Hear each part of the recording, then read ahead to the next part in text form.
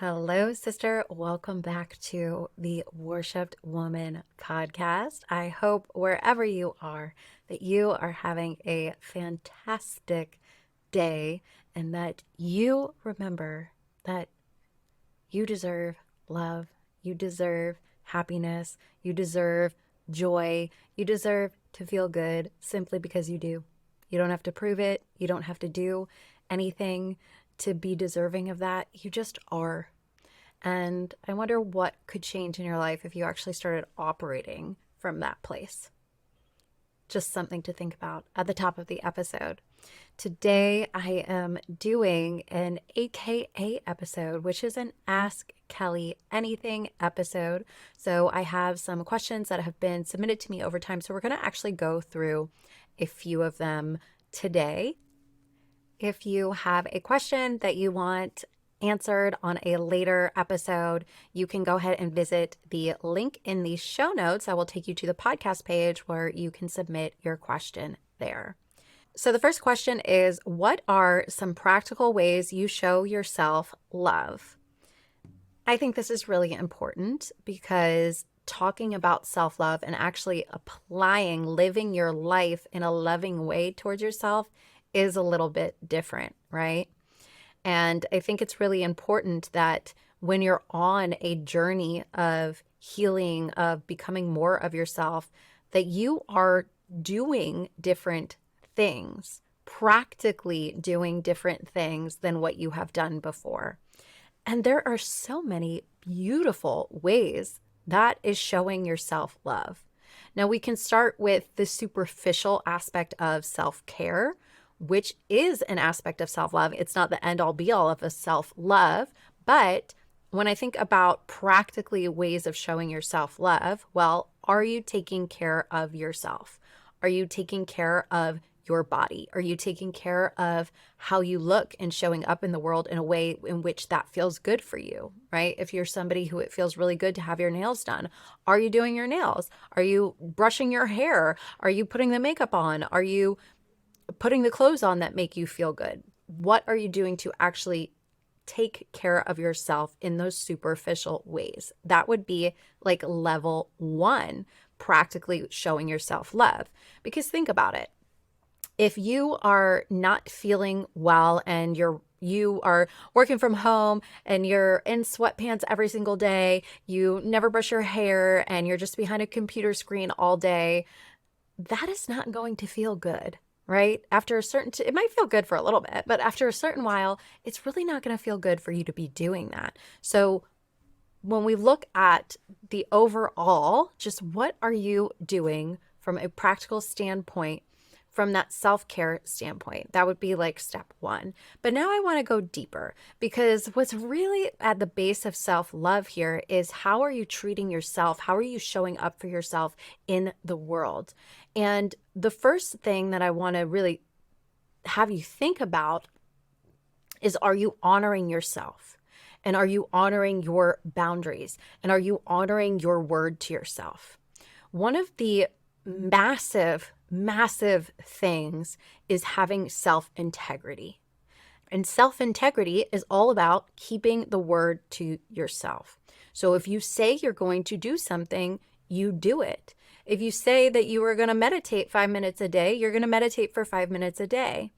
So many of us really struggle when it comes to ourselves. And maybe you've had this experience before where you can make other people promises and you show up when you say you're going to show up, and you do the things you're going to say you're going to do for other people. But when it comes to yourself, you let these things slide. It's very common. I know that I've done it and I still do it sometimes. So I'm not saying that it's about being perfect, because you will always hear me say, I don't know how many times, you're probably so sick of hearing me say it, but it is always practice versus perfection, because perfection does not exist. And all of this is just a practice. And so really, are you in integrity with yourself? You want to increase self-love. You want to increase your self-trust. You want to increase your self-worth. You do that by being in integrity with yourself. So when you say that you are going to do something for yourself, do you actually do it? Do you follow through? Are you doing the things that you know are good for you? Are you doing the things that feel good for you? This is another way that you're going to actually practically show yourself love. If you know that it feels good to move your body for 20 minutes every day, whether that be a walk, whether that be going to the gym, whatever it is, are you actually doing those things? That's a way to show yourself love. Now, in my community, the Worshipped Woman community, we have 2 check-ins every week, and one of the check-ins is about reverence. And the idea behind reverence, the definition of reverence, is having deep love and respect. And we have Reverence Thursdays where we check in every Thursday. How have you shown up in reverence for yourself this week?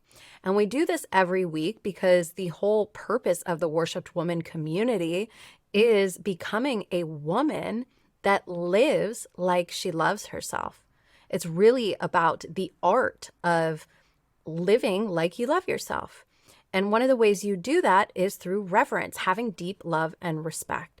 And so weekly, the check-in is there to see, are you doing something every week that is showing yourself deep love and respect? So a lot of times we're talking about things like setting a boundary. Did you have a hard, difficult conversation that maybe was uncomfortable for you, but you knew that you needed to say it because it was what was best for you? It was deeply honoring and respecting yourself. This is a way that you're showing yourself love, by setting boundaries with yourself, by setting boundaries with others. Did you keep the promise to yourself? Did you say you were going to meditate every day for 5 minutes a day and then actually do it? That would be showing reverence for yourself. Did you slow down and listen to your body and take a nice long bath because that is what your body was asking for? These are all ways that you can show yourself love. But if this is somewhere on the beginning of your journey, really you just want to have a look at, how are you showing up for yourself? How are you respecting yourself? How are you honoring yourself and your word? That's really the starting point of it all. And then we can build out from there. All right, next question. I have an anxious attachment and I am currently with an avoidant partner. This has been really hard for me, but I really love him. Is this something that I will just have to accept? I think this is such a great question and probably one that a lot of people can relate to. So I'm going to start out by saying that I am not huge on attachment theory. I would like to reiterate that it is a theory, just like many things. It is not ultimate truth. And it is not one that I utilize in my practice or with my clients very often. And the reason that I don't is because I do not like labels. I do not like the label. Even you submitting this question and saying, I am anxious, a part of you is attaching to this like it is an aspect of yourself. I am. When we say I am, we're talking about an identity, and you're talking about it like you're just this anxious type person and that's who you are. And then your partner is just an avoidant person and that's who they are. And this is just not true. Attachment styles are fluid, meaning that they can change, and they're also dependent on the situation that you are in. So I had a client not too long ago where when we first started working together, she came to me and said she had an anxious attachment and wanted to work on that. And when we first started working together, I said, I don't want you to worry about that. We're not going to directly talk about attachment styles or anything like that. And at the time, she was coming out of a relationship that she would have described as this anxious avoidant dynamic. And recently, she was in a new relationship, and I asked her if she has been anxious at all inside of this relationship and if she still identifies with having that anxious attachment style. And she said, absolutely not. I didn't even think about it. Now, one, of course, we've done a lot of healing work together. She's been coaching with me for quite a while. She's been in programs with mine. So she's had a lot of healing work, but not once did we ever talk about attachment styles. And now she can sit there and say, no, I don't have anxious attachment. I actually haven't even thought about it. And so I bring that to you and anybody who gets really caught up in these kind of labels. And I get the tendency to want to do that because it feels like when you read something and it resonates with you, you're like, oh my gosh, I get it now. I have this level of understanding that I didn't have before. So I want to attach to it. You can take the understanding of something, but then realize that it is not like a permanent thing. Just because you were raised a certain way doesn't mean that you have to carry on being that certain way forever. Just because something happened to you when you were 5 doesn't mean that as an adult you have to operate from that 5-year-old personality or that 5-year-old wound. Okay. And so the other question I have for you here is, this label, I think, can also be harmful in the sense that an anxious avoidant style can also look a lot like a trauma bond.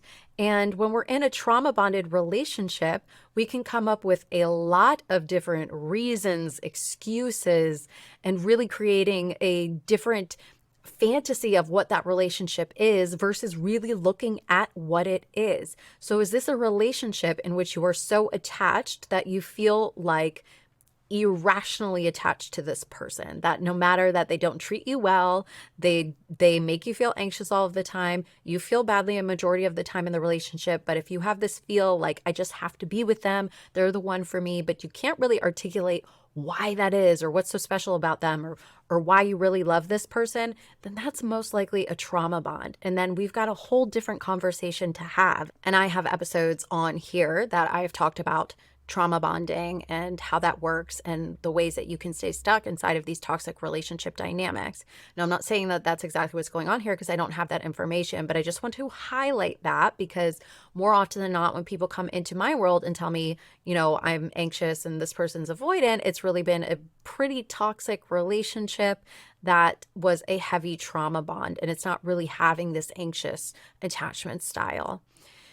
Do you really have an anxious attachment style, or are you just with somebody who doesn't treat you well or doesn't give you any kind of validation, who dismisses your feelings, who purposely does things to make you feel insecure? Would that be an anxious attachment style, or would that be just being with somebody who is manipulative? So there's a lot of layers to this question. So I'm just bringing these other questions to the forefront. Now let's go to the next part of this, which says, do I have to accept this? No. You don't have to accept anything. Now, I know you said you really love him, and that is wonderful and beautiful and amazing. But there's 2 layers to acceptance. When you know how somebody is, and if in this relationship, most of the time you're feeling anxious, insecure, and not good, and when you're living in anxiety, you're living in survival mode, the question becomes, does that work for you? Is that what you want to build your life on? If you look at this person and you think, 10 years from now, if we're still together and we're still doing the same thing we're doing, probably worse, if we're still doing that 10 years from now, does that work for me? Is that how I want my life to go? Is that the vision that I see for myself in my life? That's a really important question to ask. Really putting yourself into the reality of everything that is going on and going, if nothing changed in this relationship 10 years from now, would I be super happy that I stayed here? Would I be super happy that I said, I have to accept this, this is the way that it is, and nothing can change that? Something to think about. But let's say you are somebody who does have anxious tendencies. Are you asking for what you need in the relationship? If you are somebody who needs more validation, are you asking for that validation? Do you know what your needs are? Are you presenting those needs to your partner? And are you trying to work on the relationship together? Now, if this person who is avoidant is not open to any kind of change, to any kind of work, to any kind of therapy or anything like that, where you guys can actually come together and work and change these dynamics, if they're not open to that, well, then it just becomes a question for you of, does this work for you? Does the relationship work for you? Does the way it is work for you? In a healthy partnership, even if that one partner still does have more avoidant tendencies, if you are coming and presenting your needs and being really clear about what it is that you need from them in order to feel more secure, we have to take a look at if they are willing to do that or not. If they're not willing to do that, well, then, that tells you a lot. But if they're willing to make efforts towards helping you to feel more secure, then this is going to be a wonderful, beautiful thing for the relationship. So no, you don't have to accept it and just think that this is how it is and this is how it is always going to be. You can change just about anything. But remember, the only person that you can change is yourself. You cannot make another person change. It starts with you. And if you are identifying as an anxious person, it really needs to start with safety and getting to the place where you feel safe in your body. So you want to start working on your nervous system because, again, the change starts with you. It doesn't start with somebody else. So you can change the dynamic, if that is a true anxious avoidant dynamic, by becoming more secure in yourself. Okay, next question. Kelly, I have heard you say many times not to focus so much on the narcissist. I have just left a narcissistic relationship and I feel really confused on where I should even start. I have been searching and finding all kinds of information about narcissists, and it is helping me to feel better, but I kind of feel stuck. What should I do? Another beautiful question, and I'm sure relevant for so many people. So here's the thing. Yes, you have heard me say many times before to avoid getting caught up in that trap all about the narcissist. Now, I do want to say that getting a certain amount of information about narcissism or, toxic, manipulative people and how they work is helpful in a way because you do want to have that validation of what you went through. It can make you see things more clearly that you couldn't see before. And it also can be beneficial when you're out of that relationship and you can really see what happened so you can recognize these patterns in the future. You'll never hear me say, don't do any kind of research on it at all. But what most people do, and what it sounds like you're doing, is that you spend all of your time, energy, and attention focused on learning about the narcissist and everything, why they do what they do, why they did this, why they did that. Now, when you're doing that and you're not focusing the time, energy, and attention on yourself, this is the issue. So it's one of these things where it's like, 10% of the time, if you want to get the information about the narcissist and get that validation that makes you feel good, great. 90% of the time, though, should be focused on you. Why did you stay in the relationship? Why did you interact in the ways that you did? What are the wounds that were reflected back to you in this relationship? And let's actually work on healing those. So the question about what do, you need to start looking at yourself and doing the healing work on yourself, with yourself. You've got to look at these parts inside of you. What part of you was okay being treated the way that you were being treated in that relationship? Now, I know there's manipulation. I know that there's a lot of things going on, but this relationship was an at-will arrangement. You chose to stay in it every day that you stayed in it.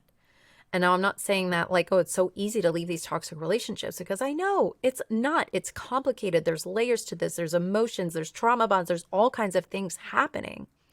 But at the end of the day, we do need to recognize that you chose to stay in that relationship for as long as you did.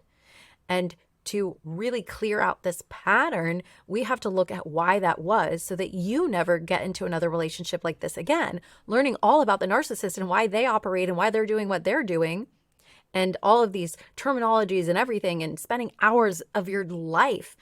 I mean, think about this. How much time have you spent in this relationship with this person that you were no longer in relationship with, and now you're out of the relationship, and now you're spending all of your time, energy, and attention focused on learning about them?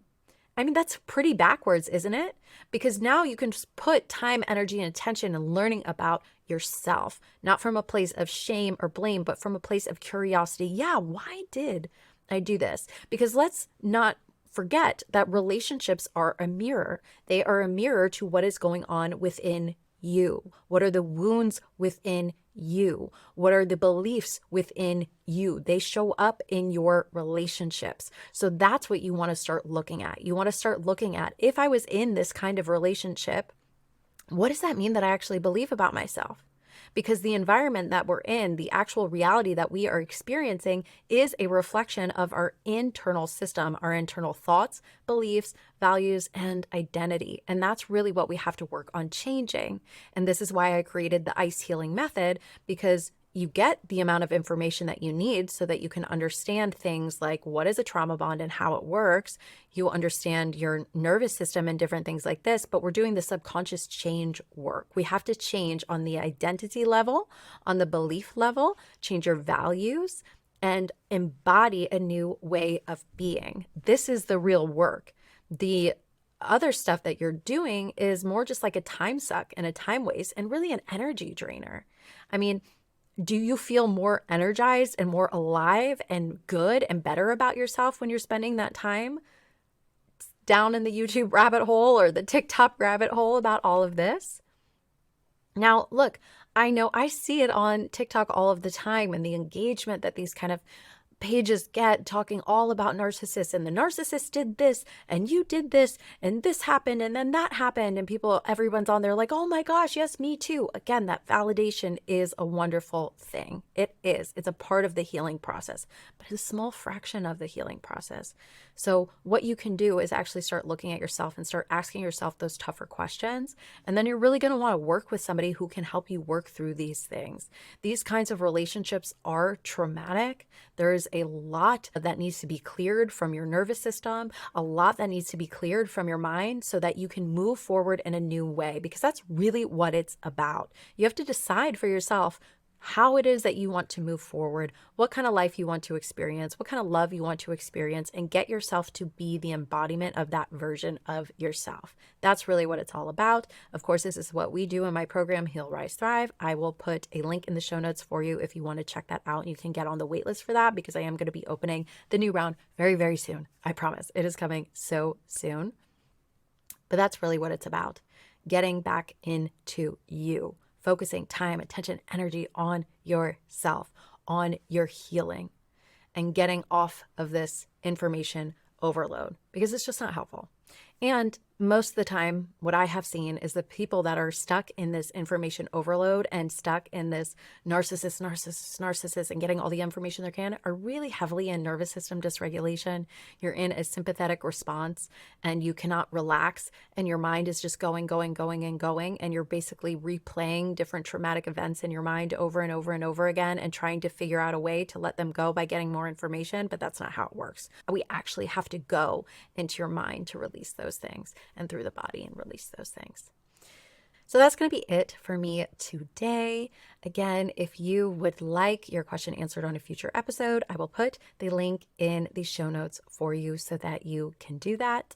If you like what you heard, please leave me a 5-star rating and review on Apple Podcasts. This is what helps the show and allows me to keep showing up for you all, which I love. And if you know another sister that needs to hear this, I ask that you please share it. I love you guys so much, and I'll speak to you soon.